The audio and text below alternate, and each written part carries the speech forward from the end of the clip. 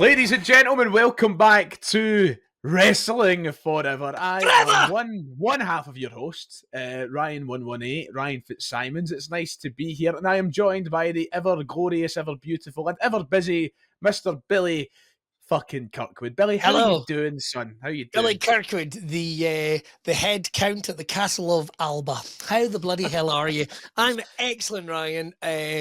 Buzzing because it's WrestleMania weekend. You can't help get caught up in it. For all I see all the stuff online of bitching and moaning, there's always so much good content that comes out this week. I mean, I've been enjoying even the interviews with Triple H and stuff online. It started getting me There's been a lot of blockbuster interviews, hasn't there? We've heard Nick Khan out talking about rival companies, Triple H telling fans he wishes they would shut the fuck up. We've heard Roman Reigns declaring his support for Donald Trump. We've seen quite a lot over the past 24 hours heading into WrestleMania weekend.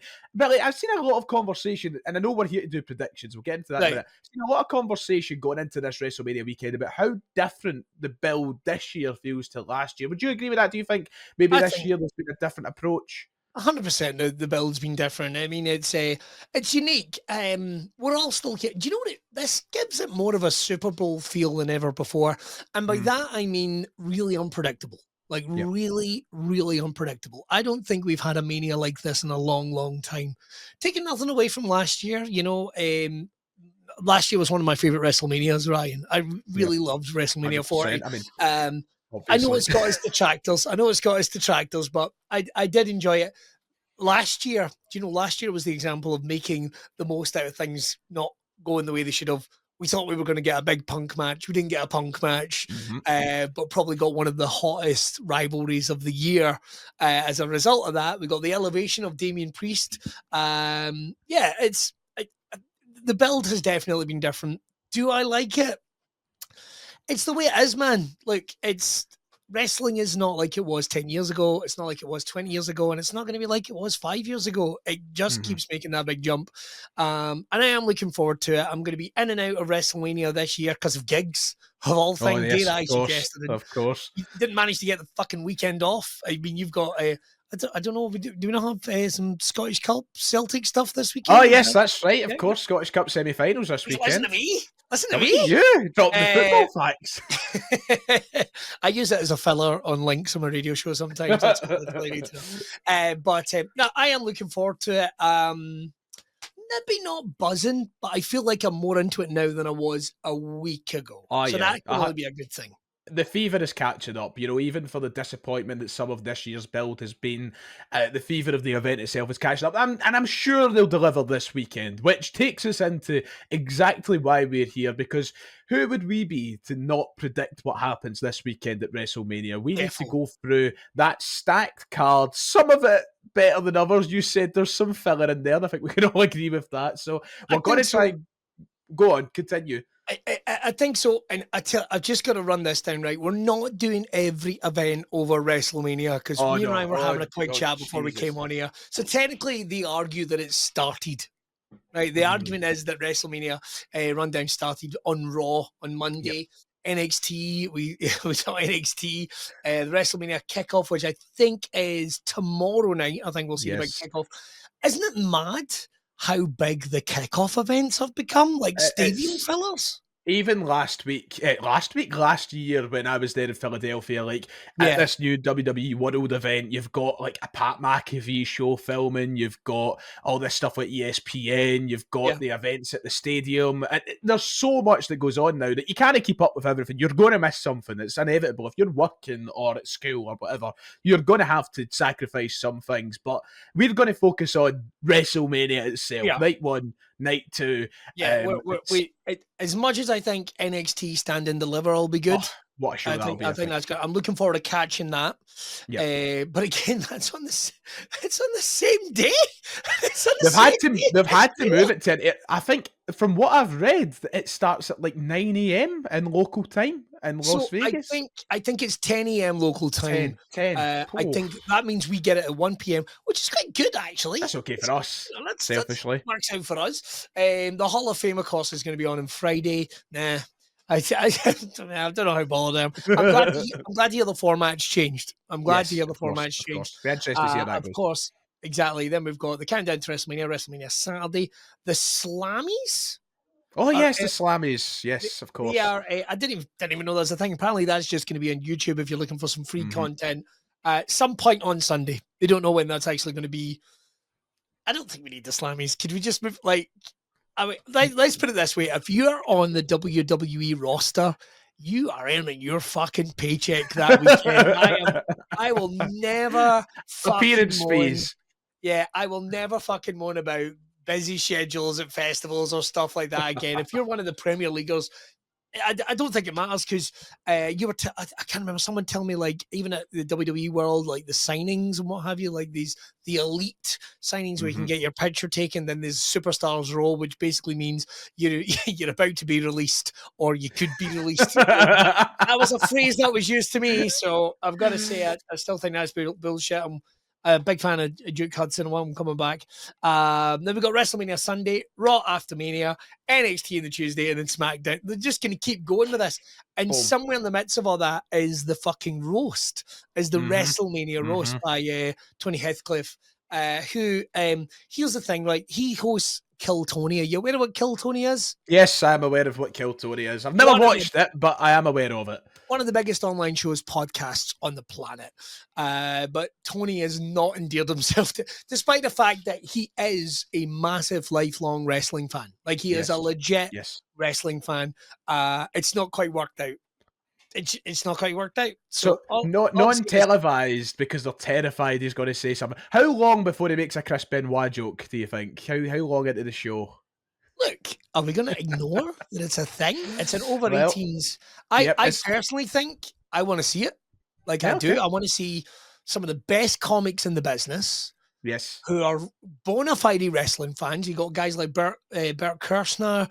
You got Shane Gillis, Adam Kay, like big American names who are all big. I mean, Adam Kay played Vince McMahon in Young Rock. Oh, yes, of course he did. I forgot about that. Dr. Phil and stuff like that. He's very funny, man. Big fan of him. I think it's bullshit. We're not going to see that. But hey, look, maybe we're going to see it down the line.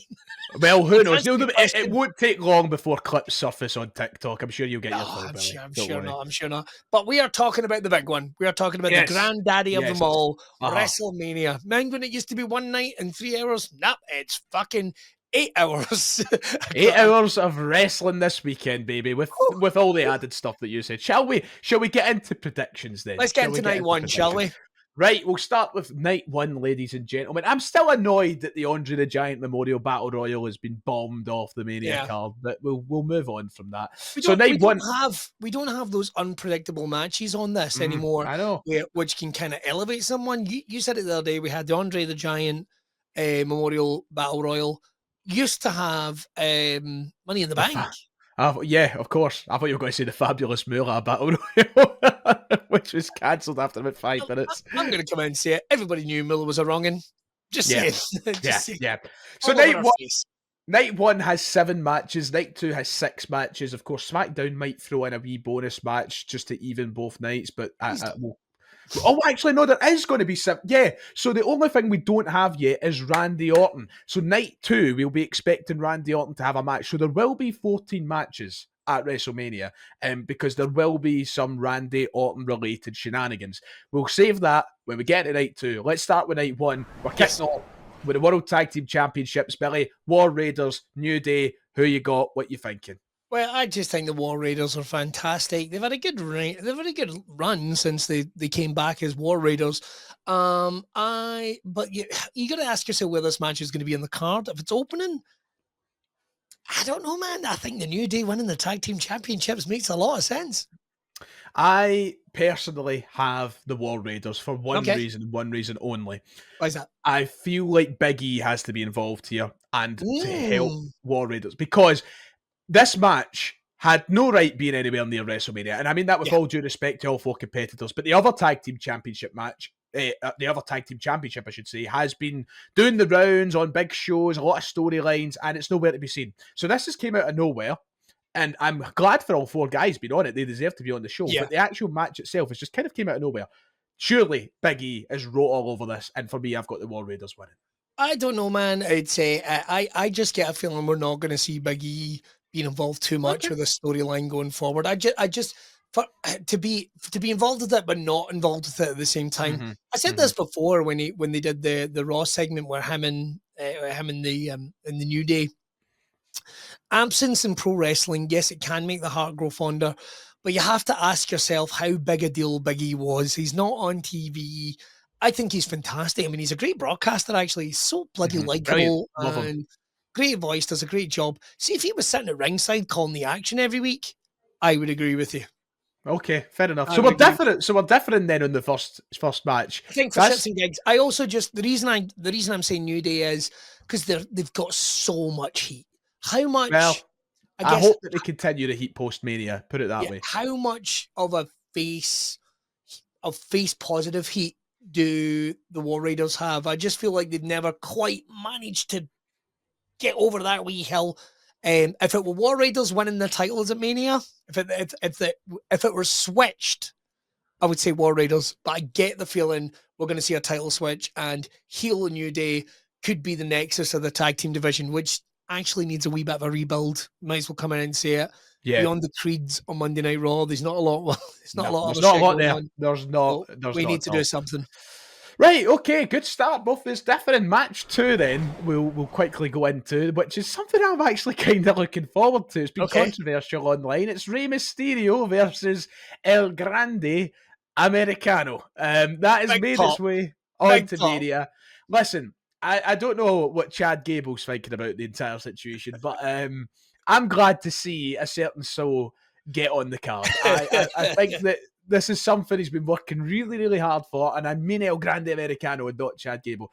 I'll come out straight away and get my prediction over and done with. I think that El Grande wins with shenanigans, and maybe there's a big reveal at the end of the match to find out who it actually is. I don't know, but I just think that this is the kind of match that Rey Mysterio has been put in to help elevate somebody and hopefully kick them on to another big year in which they might find their first title finally. So that's my prediction. Well, you know something, man. Chad Gable is the definition of MVP. I mean, there's a guy that you can give anything to and he will make work. Super serious gimmick, which I liked. I liked super serious Chad Gable, I have to admit. Like, I really, really liked it when he was being just a complete prick to the Alpha Academy. Loved that. I mean, this is a lot this boy's done in the last year, you know? You think about his year from Mania 40, the Sami Zayn feud, to going heel, to finding American made, and now being a luchador. Like, what a year he's had, There's a guy that, for me, like, why is that boy not got the Money in the Bank briefcase? I agree. Like, and use it to win. I mean, we'll get to that in a wee while, but imagine he used that to cash in and take the Intercontinental title. Oh, babe. But in terms of, I'm gonna go for my prediction, which is what I would love to see. I want to see Grande Americano win. I know that's not his name. Yes. I want to see what it. What I'd love is if they could do a switcheroo. I don't know how you do it, but they can do a switcheroo. Like, the guy goes under the ring and then they pull off the mask and it's one of the creeds. Oh, mate, I've been thinking to myself for the last 2 weeks, imagine they unmasked him and somehow they found an insane body double and it wasn't Chad Gable. Yeah, something like that. Something like that. And then he manages to get the win. We all love Rey Mysterio. What does a win really get him apart from big pop on the day in Vegas? Big name, big legend, winning. It makes a lot of sense. But I'm going with, my predictions are based on this year, Ryan. I'm going to what my heart wants. And I want to see Americano win. I'm glad we agree on it. Listen, Rey Mysterio's had two Mysterio's on a good streak at Mania. He's won his last title at Mania. His last couple of Manias as well. He's put his son to the ground, so he doesn't need a Mania win. So I don't think he needs a Mania win. I will say this much: where does this go after Mania? Like, if Chad Gable were unmasked, then tomorrow on Raw, he could come out and say anything ridiculous. Do you know what I mean? Yep. I stand for America. Who will take me on? Rusev Day. Boom, boom, boom, boom, boom. It's a good way to get things going, though. It's an interesting theory to get things going. Yeah. Plus, it would let Rusev come out as a face. But nonetheless, we're going to come back to Rusev. I get a feeling we're going to come back to Rusev. Yeah, we could. So carrying on night one, on the Wikipedia listings. Anyway, I know this isn't going to be the exact running order, but this is the order I'm going in. It's Jade, Cargill, and Naomi, which is one of these feuds that have been a show stealer. I think going into Mania, I think it's been one of the better ones. Both of these women have put their heart and soul into building this match, and if they have the right in-ring chemistry together, Billy, this could be one of the most talked about matches of the weekend. I feel. I'm just going to get mine done and out the way. I think that Jade Cargill wins. I just don't see a world in which they have Jade Cargill lose. But then again, Naomi has been bloody brilliant, and if she got a huge win over Jade Cargill, that would start her heel career off with a bang. But I am going Jade Cargill. I guess if we have shenanigans, to keep things interesting, I'm going to say Naomi.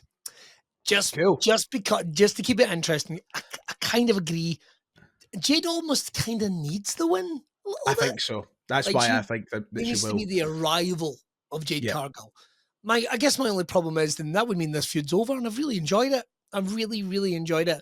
I'll never say never. There is still, who knows what happens with Bianca. That's another part of it, to be honest. I think Naomi should still have a prominent role in the women's division and be around Bianca and the world title going forward. I would like to see more of that. I would love to see Naomi win through shenanigans. Jade get her heat back, batter the absolute piss out of her, maybe gesture for the belt. I think that WWE have missed a real trick here. In my opinion, they should have flipped the nights of matches. I think that Io, Bianca, and Rhea should have been night one, so Bianca could have her loss, and then night two, shenanigans helps Naomi, and then you could have had an excuse to have Jade lose. But they've done it. I don't think it makes sense to have Bianca come out in night one, show her true colours, and then go into night two as if nothing's happened. You know what I mean? I just don't think it makes sense. I guess the beauty about it is it would protect the heat of either performer. So Jade wins. Naomi's looked after because she could do something on night two. I'll come back to that later. And the other way around as well. So I'm going to keep it interested and say Naomi just for shits and gigs. But nice. I get the feeling. I know I've picked heel. I think I've picked all heels almost so far. But I think for a company perspective, for a star-making perspective, I think Jade's probably going to win it. Yeah, that's the way I think I'm looking at it. And I think that your heel run might continue because up next is the match for the United States Championship. We have LA Knight taking on Jacob Fatu. United States Championship match. Billy, I'll let you kick off since I've kicked off the last couple. Oh, bro. The big thing is, like, I'm not ready to see LA Knight drop the title. Same, and because I'm a huge LA Knight fan. Like he's one of my guys, and I don't want to see him drop the belt at all. Yeah, I don't necessarily see what it does to benefit Jacob Fatu at this point. Like, I mean, it's nice to give him that first title. If you're going down a different route than I thought here. Really? I thought you were just going to come straight out and go, "Oh, surely Jacob Fatu wins." That's what I thought you were going to say. See, this is what this Mania is. It is unpredictable. It is unpredictable. Like, if Jacob Fatu were in the Intercontinental title match, I would say he's going to win the Intercontinental title. They've given him this mini feud with LA Knight, who I think is getting his first WrestleMania singles. Is that right? This is his first Mania singles? He had AJ Styles last year. Which was a great match, actually. Which was good. I enjoyed it. Which was a great match.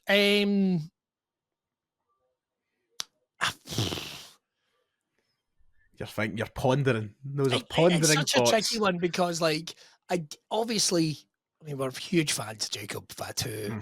There's a guy that can become the United States champion. The US title is such a tricky one, Ryan, because I don't think these immediate feuds. It doesn't really seem to know what it is.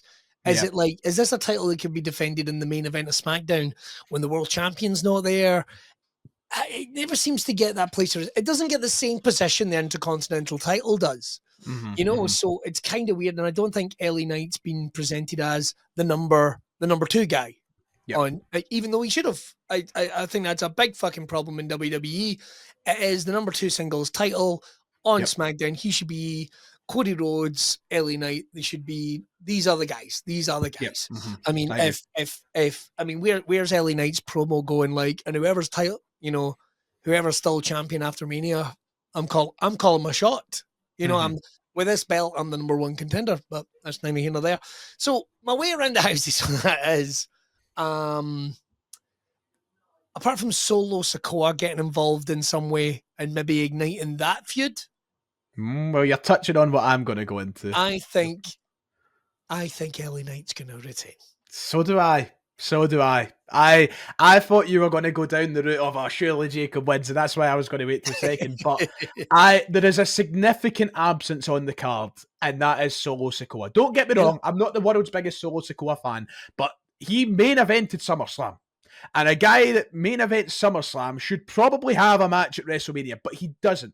Now, that to me signals that he's got to do something significant on this show. And I think that something significant is turn on Jacob Fatu. They have teased a bit of tension between the pair of them.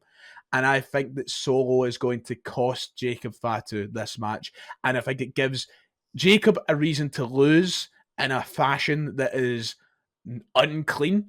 I think it means, protect him. It gives LA Knight a reason to continue a reign, which has only just started again, and it's too early to drop the title. And most importantly, it gives Jacob Fatu the separation from Solo Sikoa that I think they desperately need. Jacob is overshadowing Solo big time. People are forgetting about Solo Sikoa.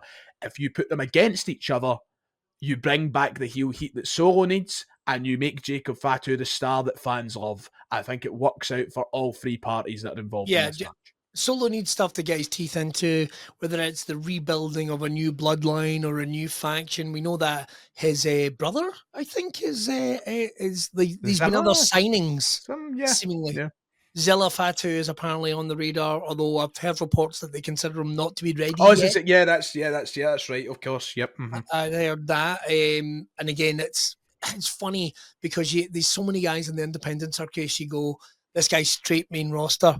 Jacob was main roster ready, even though you can tell that clearly there was work and there was coaching that happened with Jacob when he came on to the main roster. Just made him better. To be honest. But no, I think this is an LA Knight retain, and hopefully we're going to see more with the battle between Jacob and Solo, because they're both fantastic. They both really, really are. You're right. Solo has not been given his flowers in terms of the work that he did in the last year. A very difficult position to put in. It was a clumsy start to the bloodline. It found its legs just as he seemed to be pulling the curtain, the rug out from under it. So I'd like to see more. We'll see how it goes. It takes us into another championship match. We have the singles match for the WWE Women's Championship. Tiffany Stratton defends against Charlotte Flair after a controversial rivalry with ups and downs and backstage drama. I, quite frankly, am maybe looking forward to seeing the back of this for the next wee while. I don't know. I don't know, man. Part of me kind of is when, realistically, this match is probably one of the best builds on the weekend. What? I can see that. When that music hits, when Charlotte's music hits, the place is going to pop. Like, whether it's a chorus of boos, like, they know there's controversy, they don't like each other, they're going to go snug, they're working together. They're 2 fantastic athletes. I'm actually quite looking forward to this match because I guess something that's been missing in wrestling is genuine hatred for one another. We've not had that for a while. It seems people. I think it was it Undertaker that came out and said walking around backstage actually annoys him because everybody's too happy and too nice to each other. Like, so he's got his wish here. There's genuine hatred, definitely. And I always remember a very wise man once said, "Nothing goes on that TV screen that isn't meant to." Yep. So you got to bear that in mind. So I'm not saying it's a work, but it's like someone somewhere went, yep, that's fine. Yep. Absolutely happy with that. But these 2 athletes that maybe didn't understand each other or know each other, they're 2 different generations. Tiffany Stratton is still so fucking new, and people forget that, and she's fantastic. I'm actually quite looking forward to this match. What I want a Tiff retain. I don't think Charlotte should get the title. Charlotte can't go anywhere near that belt. It would be, I think it would be detrimental, Be bullshit, actually, for her to win that belt. I think it would be, I don't think it would let fans forget about Tiffany or anything. I think Tiffany would come out just fine in the coming years. I don't think it would affect her stock or anything like that. But what I do think is that Charlotte winning would be a real mark of ill planning on Triple H's part, and Charlotte would be genuinely hated for accepting that booking decision, I think. So I'm going Tiffany retain as well. And what I will say is the actual match itself, I think it'll be great. I think it would be fantastic. I think they're going to put on. Do you know, after all this attention, they kind of have to. Yep. Mm-hmm. It kind of has to be a belter. We can't have another Jimmy versus Jay clunker. Just can't have it, boys. I'm sorry. I will say massive pop, though, for Jade Cargill and Naomi, who are having feuds back and forth. And apparently Jade Cargill went like, oh, it's not that when you're getting shots for your backside. The only back shots I get are from Big Jim. Big Jim! My God. That is professional wrestling. That is what I want to see more of, you know? Talking about the Usos and talking about Jey, the second last match to talk about on night one is that World Heavyweight Championship match, which I have a feeling may open the show. We have Gunther and Jey Uso in a match that I am, Billy, I'm so worried, man. I'm worried. We're going to come out and say it. Go out and say it. Go.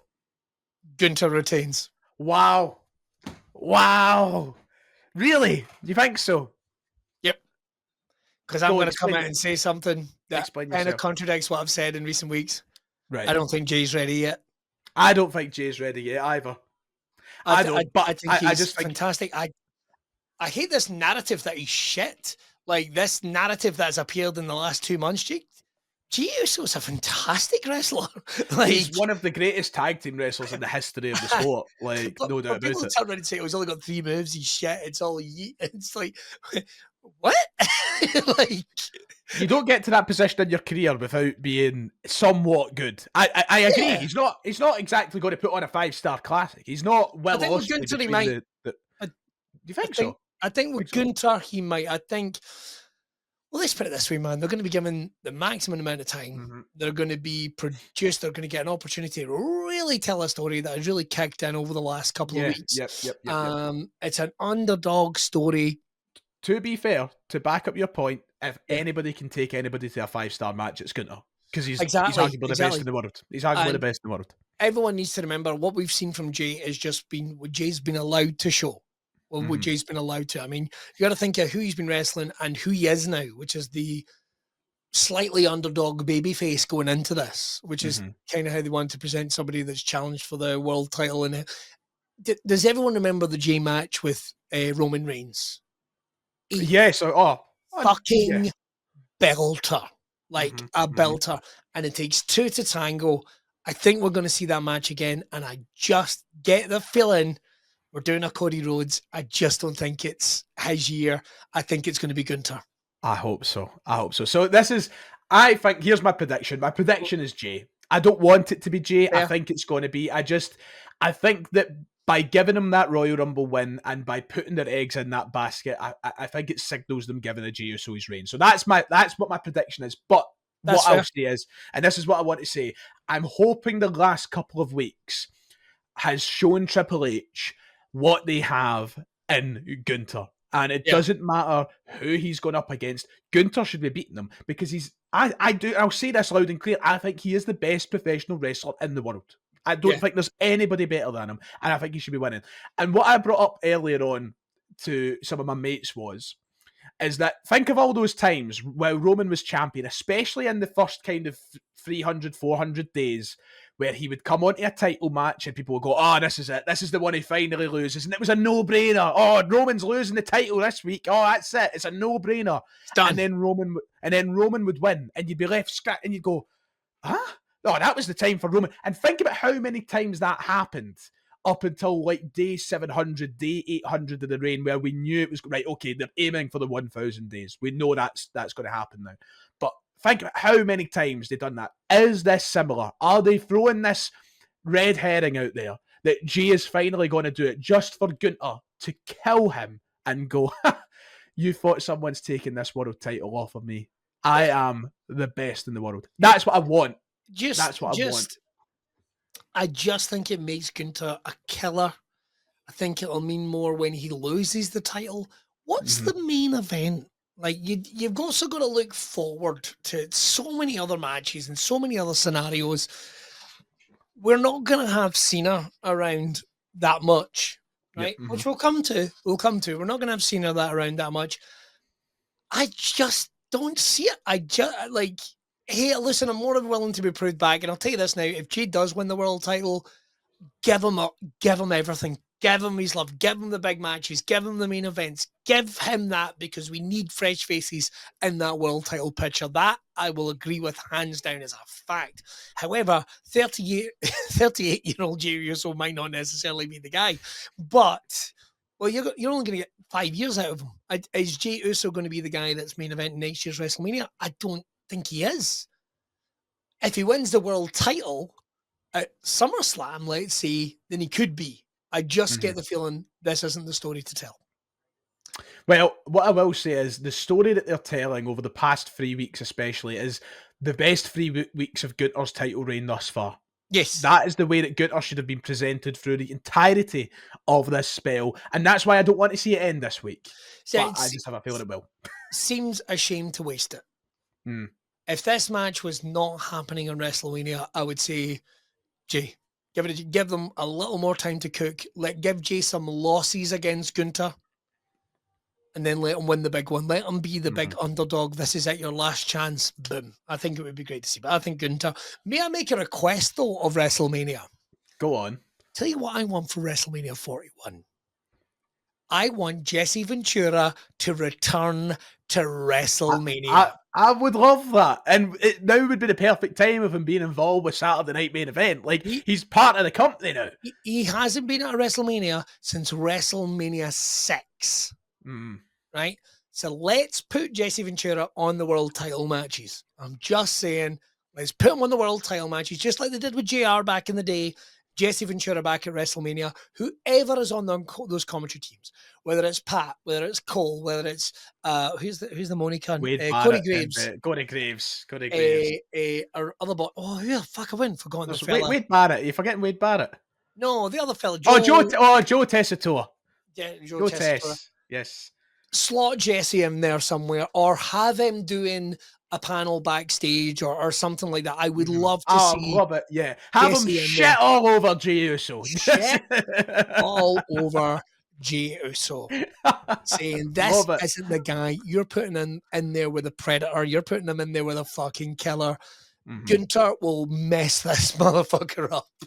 I want that. I just want that image of Gunther covered in... He was covered in Jimmy's blood in London. Yep. Have him covered in Jay's now.